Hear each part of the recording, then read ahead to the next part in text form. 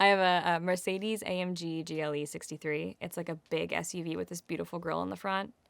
And I think it's shocking that I drive such a large car to people, but I love it. When I see it on the street and I'm driving my car, I'm like, that's a sexy car. And then I'm like, oh, that's my car.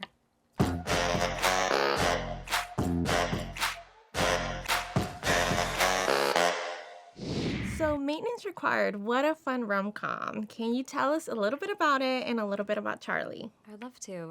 Maintenance Required is about a young girl, Charlie, who is running an all-female mechanic shop, and it is her biggest love. She's kind of grieving the loss of her dad at the same time, but she has two really wonderful friends by her side through all of that.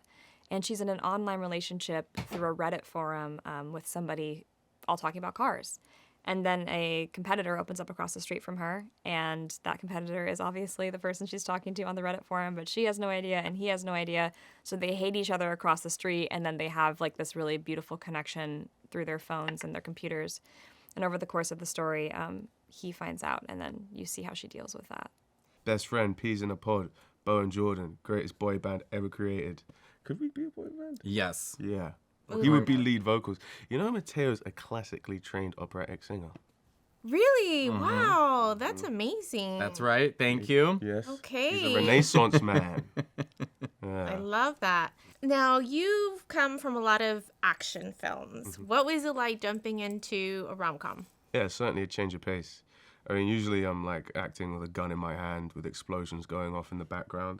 But you know, the only explosions happening in this movie were the chemistry.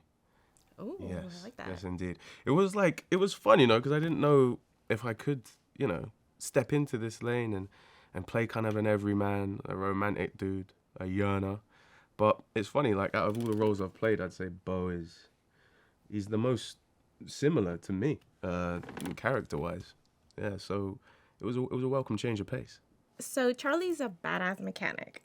I see you change a tire in record time in the film. Did you know anything about cars before you filmed this, or did you learn anything while filming? Definitely nothing before I filmed it other than like they drive, and I know how to do that. But it was really important to me to learn anything I was supposed to be doing in the film well enough that when I'm doing it, I'm not thinking about what I'm doing, because I don't think Charlie would be. So I did like 2 months of like 2 times a week mechanic training. And then I did it when I got to Leeds. I also did a lot of training with our consultant. So everything you see on screen, I'm actually doing.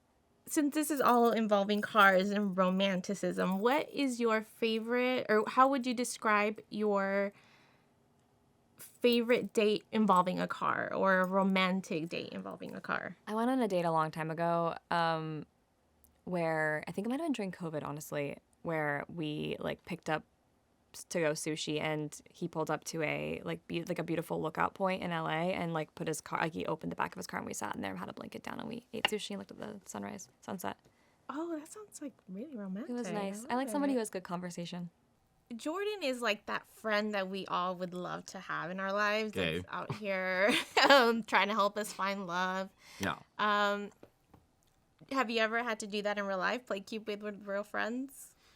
Yeah, although my group of friends were pretty mean to each other. Like, that's how we show love for one another. So it's not really like, sit down and let's talk about it. Like, we're not really the gays you see on like a Christmas movie where like, you know, the blonde lady's like, I'm a reporter, whatever. And then we just kind of show up every 5 minutes like, girl, you know, whatever.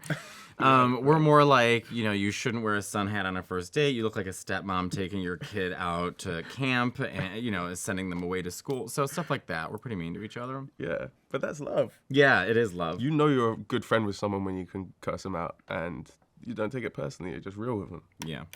If you could be a car, how would you describe yourself? If you could describe yourself as a car, which one would it be? Okay, so I actually drive me as a car. Oh, okay. I have like What the car is that? sexiest car in the world, in my opinion. I have an AMC Theaters. I have a Mercedes AMG GLE 63. It's like a big SUV with this beautiful grille in the front. And I think it's shocking that I drive such a large car to people, but I love it. When I see it on the street and I'm driving my car, I'm like, that's a sexy car. And then I'm like, oh, that's my car.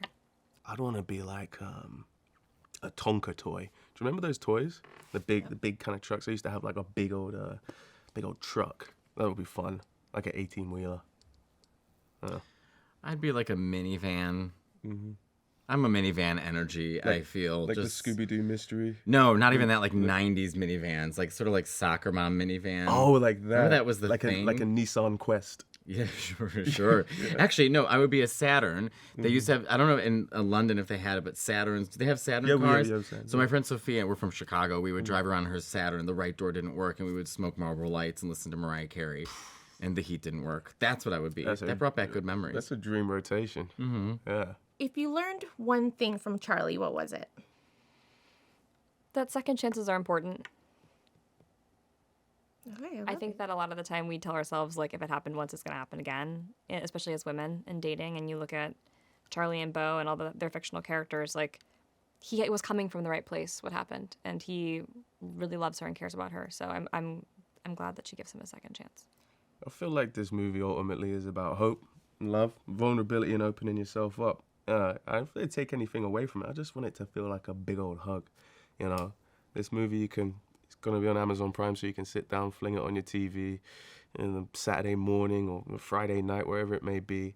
And if you're not with a date, you can be with a mate, or you can watch it by yourself with, a box of tissues and some chocolate and a glass of wine and just cry ugly tears of happiness. And a succulent. And a succulent. What I love about this story also is that Charlie is like the small business owner competing with like this big corporation. Can you tell us a little bit about that? Yeah, it's a true David and Goliath story. Charlie runs a very small family-owned female mechanic shop that is competing with Miller Boys across the street, which is like a Jiffy Lube or one of those places that like they can get their parts for such competitive pricing and their labor is so low because they're a corporation. And you're watching her in real time struggle to keep her business open and also struggle to figure out like what does she actually want in her life and why is she keeping it open and is this her dream? Does she want more? Or is she just keeping it alive because of her dad?